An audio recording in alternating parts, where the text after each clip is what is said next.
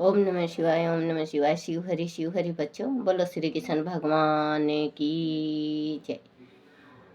सदा भवानी दाहिने सम्मुख रहो, गणेश राम सम्मुख रहो गणेश।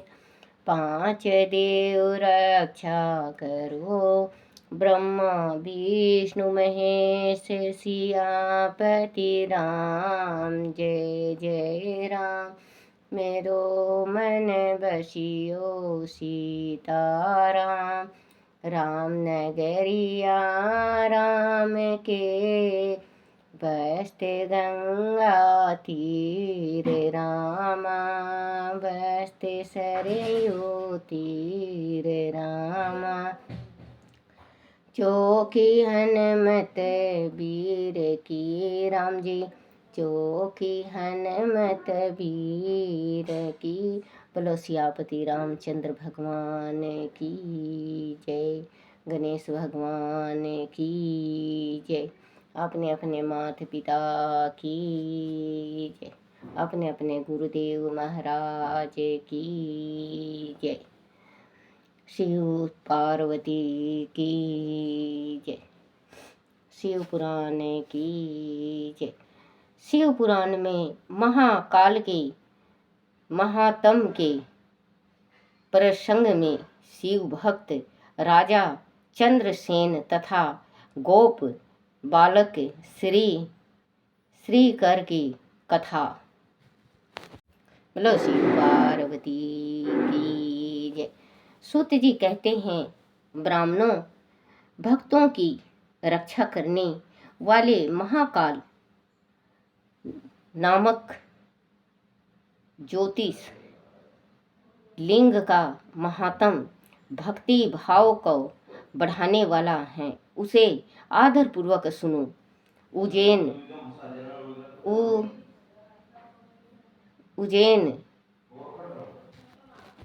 उज्जैनी में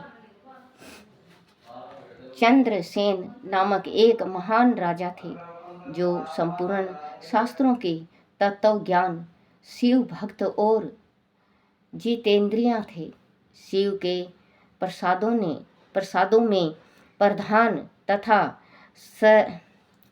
सर्व लोक वंदनित मणि भारद्वाज जी राजा चंद्रसेन के सखा हो गए थे। एक समय उन्होंने राजा पर प्रसन्न होकर उन्हें चिंतामणि नामक महामणि प्रदान की, जो कौस्तुभ मणि तथा सूर्य के समान देवी पलान थी। वह देखने में, सुनने अथवा ध्यान करने पर भी मनुष्य को निश्चय ही मंगल प्रदान करती थी। भगवान शिव के आश्रित रहने वाले राजा चंद्रसेन उस चितामणि को कंठ में धारण करके जब सिंहासन पर बैठते, तब देवताओं में सूर्य नारायण की भांति उनकी शोभा होती थी। नूप श्रेष्ठ चंद्रशेखर कंठ में चितामणि शोभा देती हैं। वह सुनकर समस्त राजाओं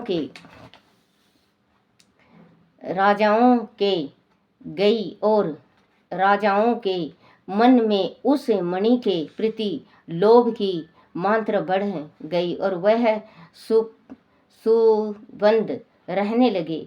तत्पश्चात वह सब राजा चतुरंगी सेना का साथ आकर युद्ध में चंद्रसेन को जीतने के लिए उगत हो गए। वह सब परस्पर मिल गए थे और उनके साथ बहुत से सैनिक थे। उन्होंने आपस में संकेत और सलाह करके आक्रमण किया और उज्जैनी के चारों तरफ चारों द्वारों को घेर लिया। अपनी पुरी को संपूर्ण राजाओं द्वारा घिरी हुई देख देख राजा चंद्रसेन उन्हीं भगवान महाकालेश्वर की शरण में गए और मन को संदेह रहित करके ढूढ़ निश्चय के साथ उपासक पूर्वक दिन रात अपने अन्य भाव से महाकाल की आराधना करने लगे।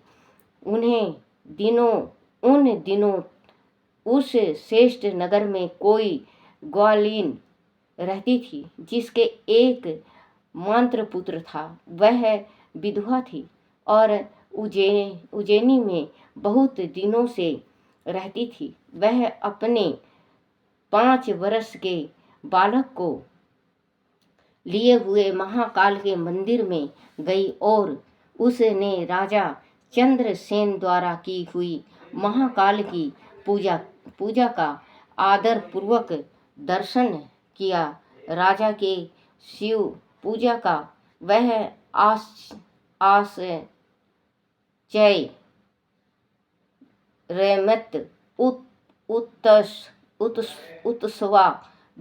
उत्साह देखकर उसने भगवान को प्रणाम किया और फिर वह अपने विलास स्थान पर लौट आई। ग्वालिन के उस बालक ने भी वही सारी पूजा देखी थी। अंत घर आने पर उसने कौतूहलवश शिव जी की पूजा करने का विचार किया। एक सुंदर पत्थर लाकर उसे अपने शिविर से थोड़ी ही दूर पर दूसरे शिवजी के एकांत स्थान में रख दिया और उसी को शिवलिंग मान लिया। उसने भक्ति पूर्वक कृत्रिम गंध, अलंकार, वस्त्र, धूप, दीप और अक्षत आदि द्रव्य जुटाकर उसके द्वारा पूजन करके मन कल्पित दीप नैवेद्य भी अर्पित किया। सुंदर सुंदर पत्तों और फूलों से बारंबार पूजन करके भक्ति से भांति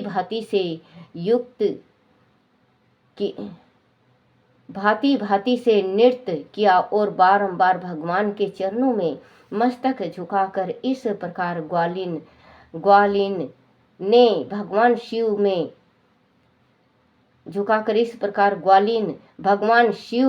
में आसक्ति चित्त हुई अपने पुत्र को बड़े प्यार से भोजन के लिए बुलाया, परंतु उसका मन तो भगवान शिव की पूजा में लगा हुआ था। अंत जब बारंबार बुलाने पर भी उस बालक को भोजन करने की इच्छा नहीं हुई, तब उसकी माँ स्वयं उसके पास गई और उसे शिव के आगे आंख बंद करके ध्यान लगाए बैठा देख उसका हाथ पकड़कर खींचने लगी। इतने में भी जब वह ना उठा तब उसने क्रोध में आकर उसे खूब पीटा खींचने और मारने पीटने पर भी जब उसका पुत्र नहीं आया तब उसने वह शिवलिंग उठाकर दूर फेंक दिया और उस पर चढ़ाई हुई सारी पूजा सामग्री नष्ट कर दी। वह देख बालक हाय हाय करके रो उठा। रोष से भरी हुई ग्वालिन अपने बेटे को डांट फटकार कर पुनः घर में चली गई। भगवान शिव की पूजा को माता के द्वारा नष्ट की गई देख वह बालक देव देव महादेव की पुकार करते हुए सहसा मूर्छित होकर गिर पड़ा। उसके नेत्र से आंसुओं की धारा प्रवाहित होने लगी तो घड़ी 2 घड़ी बाद जब उसे चेत हुआ तब उसने आंख खोली। आंख खोलने पर वह शिशु ने देखा उसका वही शिवलिंग भगवान शिव के अनुग्रह से तत्काल महाकाल का सुंदर मंदिर बन गया। मणियों के चमकीले खंभे उनकी शोभा बढ़ा रहे थे। वहाँ की भूमि फटी क मणि से स्फटिक मणि से जड़ दी गई थी। तब तप तपाए हुए सोने के बहुत से विचित्र कलश उसे शिवालय को सुशोभित करते थे। उनके विशाल द्वारा कपाट और प्रधान द्वार स्वर्णमय दिखाई देते थे। बहुमूल्य नीलमणि तथा हीरे के बने हुए चबूतरे शोभा दे रहे थे। उस शिवालय के मध्य भाग में दया निधि शंकर का रत्नमय लिंग प्रतिष्ठा था। ग्वालिन के उस पुत्र ने देखा उस शिवलिंग पर उसकी अपनी ही चढ़ाई हुई पूजा माफ करना बच्चों, पूजन सामग्री सुसज्जित है। वह अब देख वह बालक सहसा उठ कर खड़ा हो गया। उसे मन ही मन बड़ा आश्चर्य हुआ और वह परमानंद के समुद्र में निमग्न सा हो गया। तदनंतर भगवान शिव की स्तुति करके उसने बारंबार उसके चरणों में मस्तक झुकाया और सूर्य अस्त होने के पश्चात वह गोप बालक शिवालय से बाहर आकर उसने अपने शिविर को देखा। वह चंद्र भवन के समान शोभा पा रहा था। वह सब कुछ तत्काल श्रवणमय होकर विचित्र एवं परम उज्ज्वल वैभव से प्रकाशित होने लगा। फिर वह उस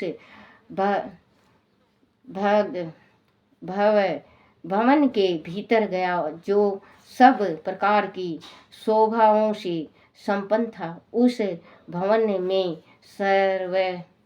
सर्वत्र मणि रत्न और स्वर्ण ही जड़े गए थे। प्रदोष काल में भीतर प्रवेश करके बालक ने देखा उसकी माँ दीप लक्षणों से लज्जित हो एक सुंदर पलंग पर सो रही थी। रत्नमय अलंकारों से उसके सभी अंग उद्दीपित हो रहे थे और वह साक्षात देवगान के समान दिखाई देती है। मुख से विहल हुए उस बालक ने अपनी माता को बड़े वेग से उठाया। वह भगवान शिव की कृपा पात्र हो चुकी थी। ग्वालिन उठकर देखा सब कुछ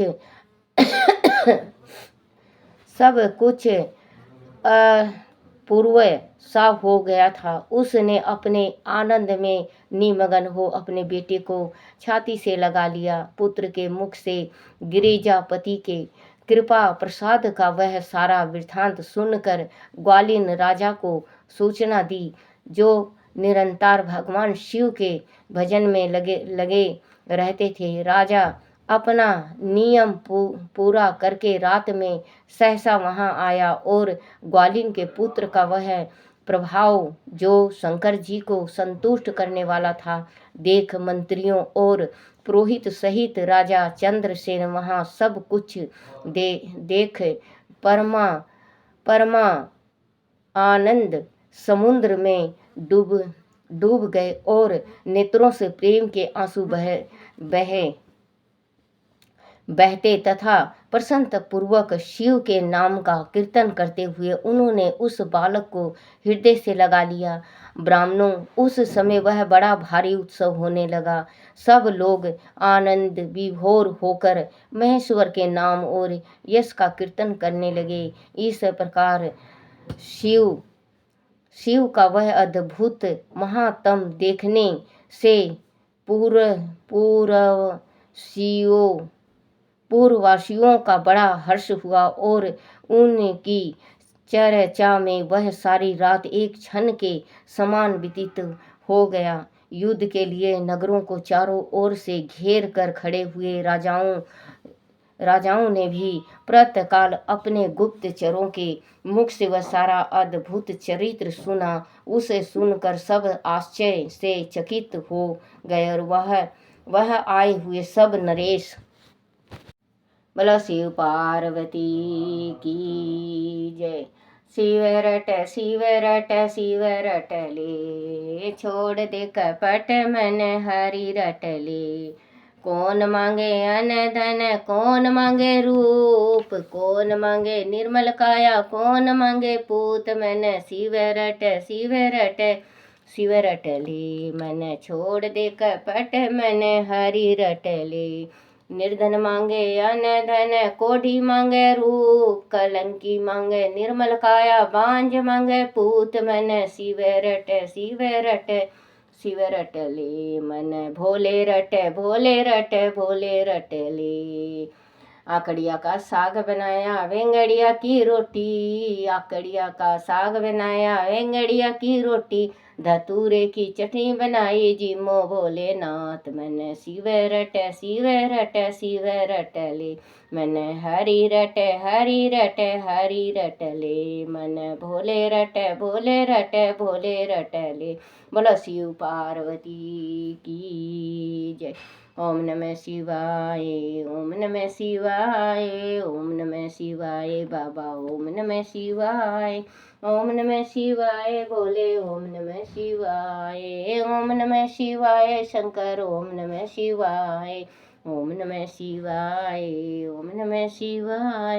शिवाय नमो शिवाय नमो शिवाय नमो शिवाय नमो शिवाय नमो शिवाय नमो शिवाय नमो।